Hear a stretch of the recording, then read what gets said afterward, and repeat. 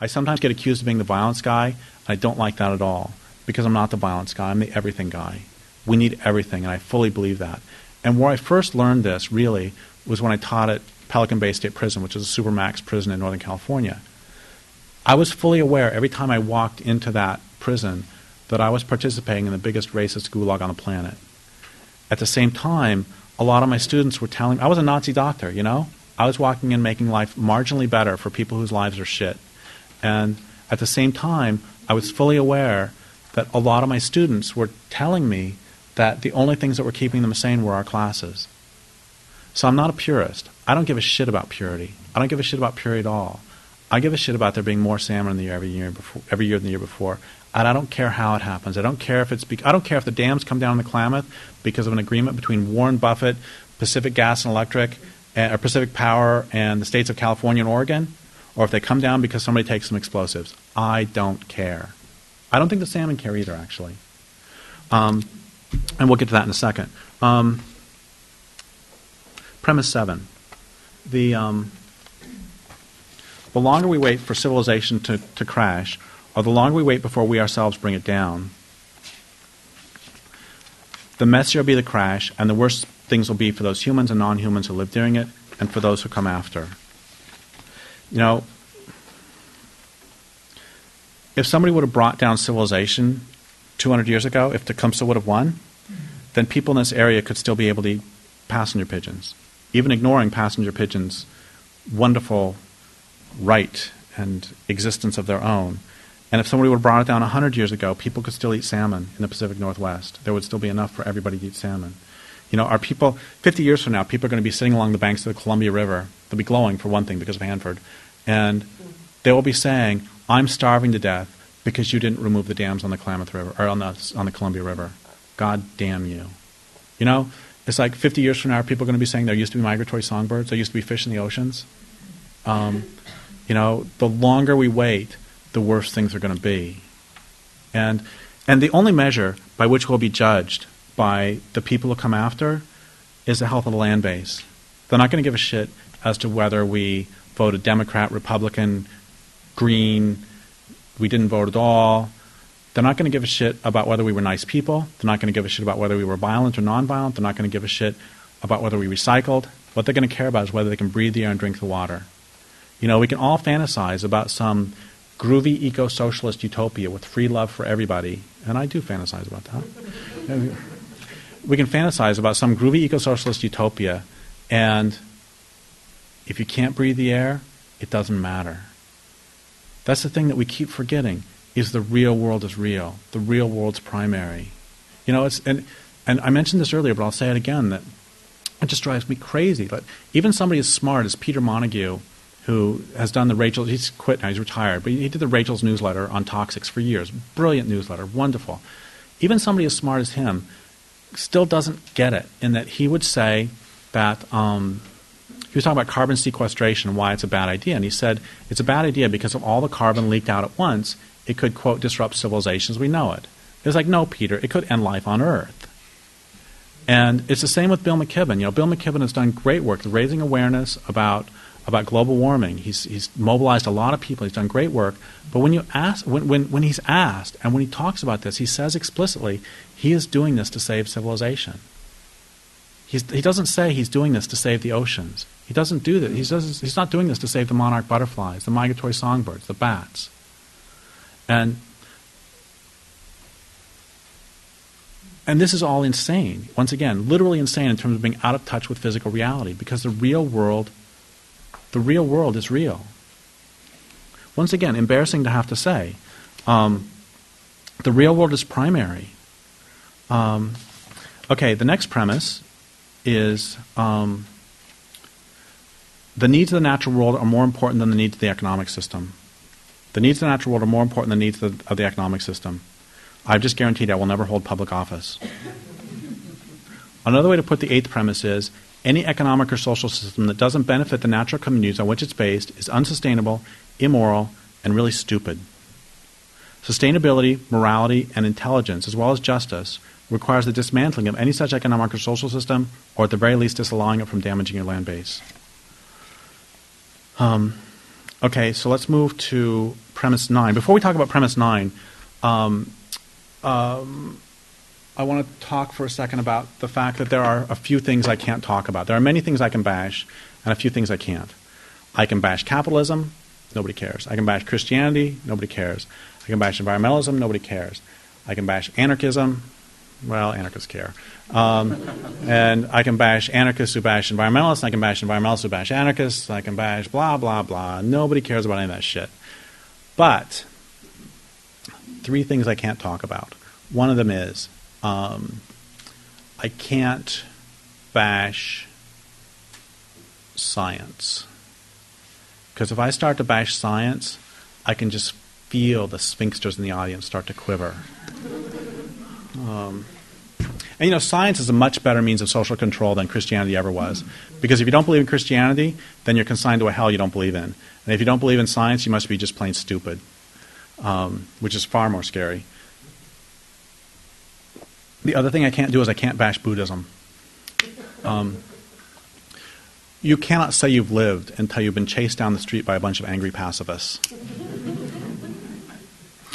And the third thing that I can't do is I can't talk about the fact that there are too many people on the planet.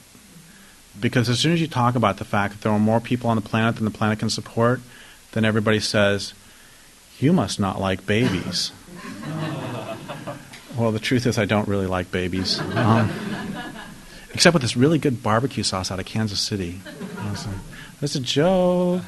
I got to tell you, I told that joke in Hamilton, Ontario, and the whole place burst into applause.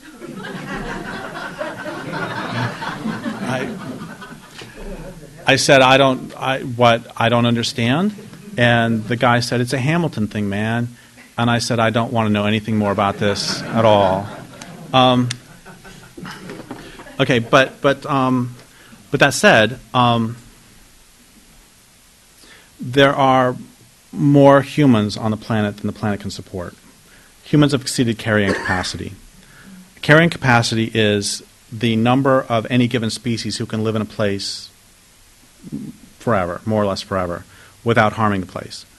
And so, for example, you can have an island with a carrying capacity of 1,000 deer, and 1,000 deer could live there forever. You can have more than 1,000 deer there, but they're going to permanently reduce the carrying. They're going to overshoot and permanently reduce the carrying capacity. So, for example, you have this island with carrying capacity of 1,000 deer. You could have 5,000 deer on it, and what they'll do is they'll eat too much, shit too much, and scrape away the soil with their hooves too much, and it will reduce the carrying capacity of the island to 100 deer, whatever. Oh, and by the way, they always say, one of the cliches that you always hear is there is no such thing as a stupid question. That is so not true. I get them all the time. And one stupid one I'm going to share with you now. I was talking about the fact that humans have exceeded carrying capacity, and this guy was so mad he was sputtering. And he said, how dare you say that humans have exceeded their capacity to care? Which may or may not be true, but that's another subject. Anyway, so, okay, but before we go on to premise 9, I want to say that when people talk about population, I think they talk about it very, very poorly in many ways. Because, yes, humans have exceeded carrying capacity, but I don't believe that population is a primary problem. The reason I don't think population is a primary problem is because I think consumption is far more important. Because actual numbers of human beings doesn't really matter. What's important is how much you eat shit and how many resources you consume, how much waste you put out. That's all way more important. And the reason this is important to talk about is because if we talk about when we talk about overpopulation, so often the first image that comes to mind is a little brown baby with a distended belly in a non-industrialized nation. And on the other hand, when we talk about overconsumption, the first thing that comes to mind is a Canadian. Because Canadians use more resources per capita than people in the United States. It's their fault. So the first thing we think about when we think about consumption, who actually does more harm to the planet? A subsistence farmer with 5 children in India, or a typical person in the United States who consumes like 490 times the resources or whatever. So when people talk about population, and also I'm sure you've noticed this, that the capitalists freak out whenever white people start going down in population. It's like it just kills me. It's like population is a terrible problem, except in Greece where it's going down, and then we have to give incentives, or in Russia where it's going down, so we have to give incentives and give people like 3 years maternity leave, and have babies. And don't they do this thing where they give like baby making days? They did in France, and they encourage people to have more kids in France. Yeah, yeah. It's like you get a day off from work to make a baby. I don't know about that. Yeah. Hey, I got an idea. I don't have a regular job, but if I had a regular job, I could say, yeah, I want baby making days, and I've had a vasectomy, but that's okay. It's like, I'll still try. Anyway, so population is not a primary problem, and it's a secondary problem because consumption is more important than population. But actually, I think that population is a tertiary problem because I think that what's more important than either population or consumption is a refusal to acknowledge limits that leads to that. This overpopulation did not occur in the back. Are there any demographers in here? Good. I hate demographers. And the reason I hate demographers is because they talk about something called a natural rate of population growth. And what that means is if you have, X number of people, and they're usually little brown dots, if you have X number of people, and then as time goes by, the population goes up and up and up and up and up. And what that presumes is that people breed like rabbits. But I don't even believe that rabbits breed like rabbits. I believe that people make rational planning decisions based upon their personal and social circumstances. I believe rabbits make personal family planning decisions based on personal and social circumstances.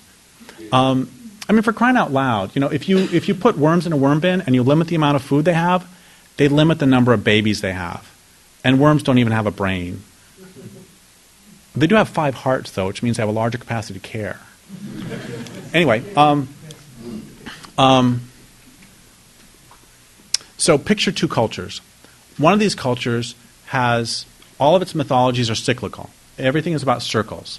And you also believe that harm to the natural world is harm. And you plan on living in place for 12,500 years. And the other culture is your myths are linear, you believe in progress, and you're not planning on living in place, you're planning on going all over the world, and also somebody writes a book that tells you that you should go forth and multiply, and this book becomes a really big bestseller. So people in these cultures are going to make different rational family planning decisions.